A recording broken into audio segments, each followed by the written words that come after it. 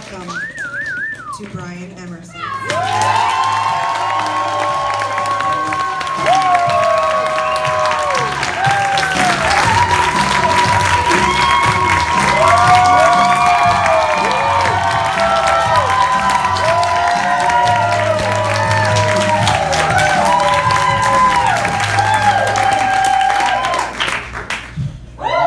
All these mic handling skills.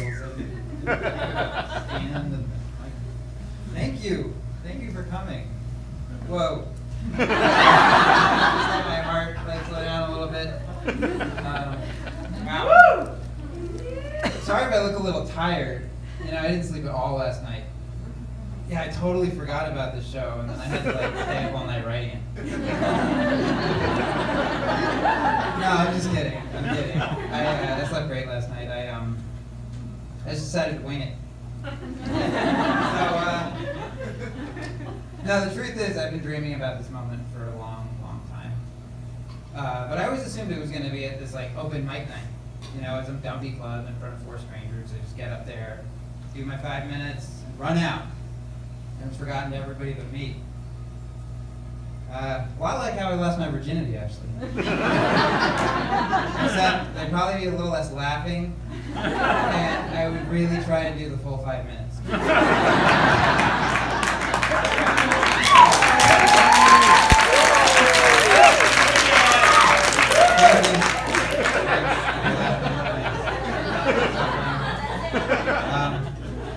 So this is obviously a lot different. I'm in this awesome club, surrounded by all you beautiful people who love me enough to pretend this never happened.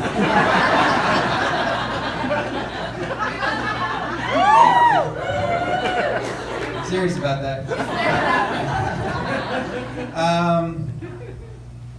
So yeah, I've been watching a lot of stand-up, and I've noticed some rookie mistakes, so I made 3 intentions for myself for tonight. Number 1, I'm going to take my time, and I'm going to be present. I'm going to really try to connect with you guys. So how is everybody tonight? Number 2. Shut up. Number 2. Something awkward happens or it's uncomfortable. I'm going to have the courage to call it out, right?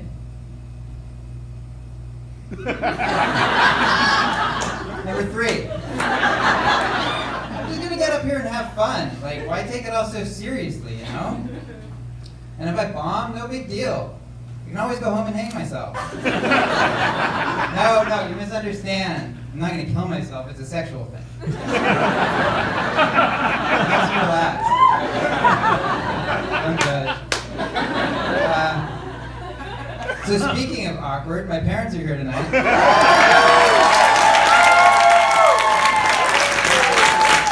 mom and dad. How you doing? Good. You're good? How am I doing? You're right.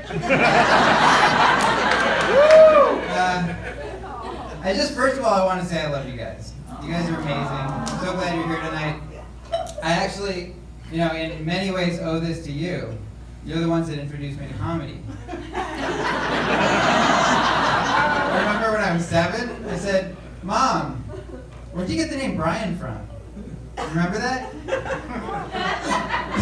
Do you remember what you said? What did you say? Life of Brian. She said, "No, well, I didn't find that out for 2 years." She said, "We named you after the village idiot." 2 years later, I found out she was referring to Monty Python's The Life of Brian. That was a good one. I really understand why I understand or I like jokes that really make you think.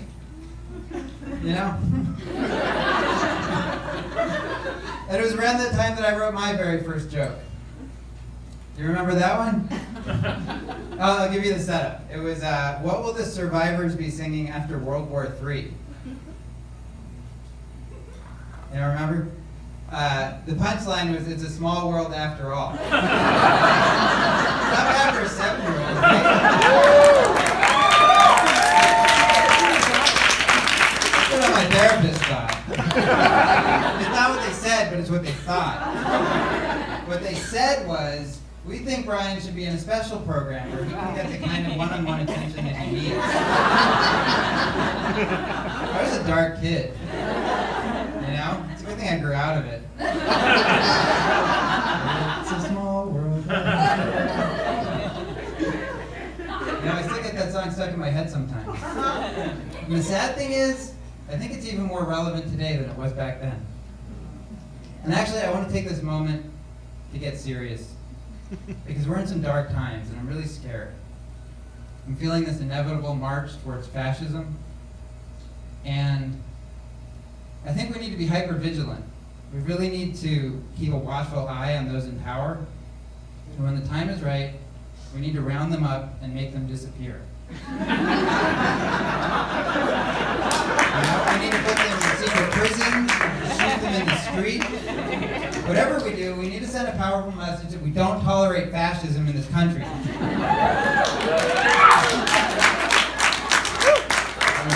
hope you guys understand. Sorry, guys. Where was I? Okay, that was dark. I want to lighten things up a little bit. Technology is cool, right? Yeah! Everybody likes technology. I work at a tech startup, and something I've noticed about it is it never seems to just work, right?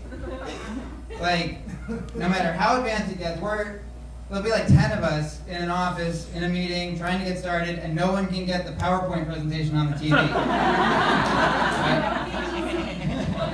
And I just have this feeling that in 50 years, I'm still going to be like, guys, I want to show you this cool dream I had, but I can't get my fucking brain cast to connect to my holo display. And then, like, I just freeze up and I start drooling. And then the centaur porn I was watching last night starts playing on the... Weird times. Weird times.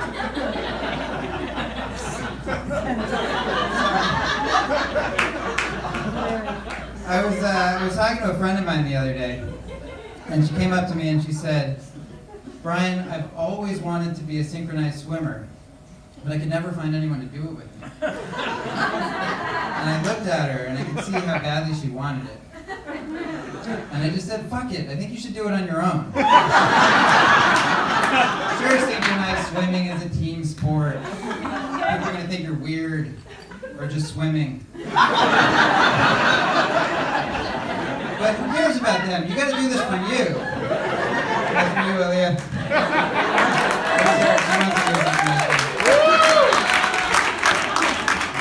Oh man. It's true. Funny because it's true. You know, I sometimes get really frustrated with my parents, even though I love them. But like, I feel like they're trying to change me. You know, like they have these expectations they just want me to meet. And I really wish I could change that about them, you know?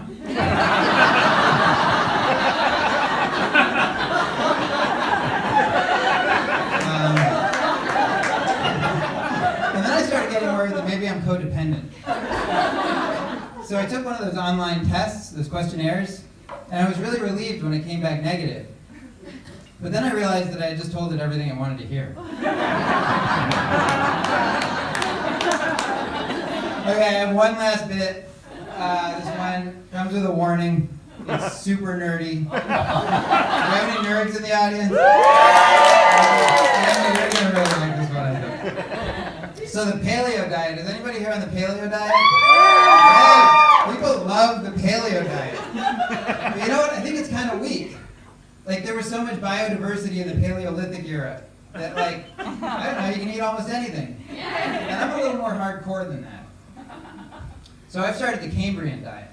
I'm only allowed to eat one thing. Trilobites. On cheat days, I can eat as many cephalopods as I want. That is pretty good, for the most part. But it's kind of been wreaking havoc on my digestive system. And every morning I've been having my own little Cambrian explosion. Okay, that's it.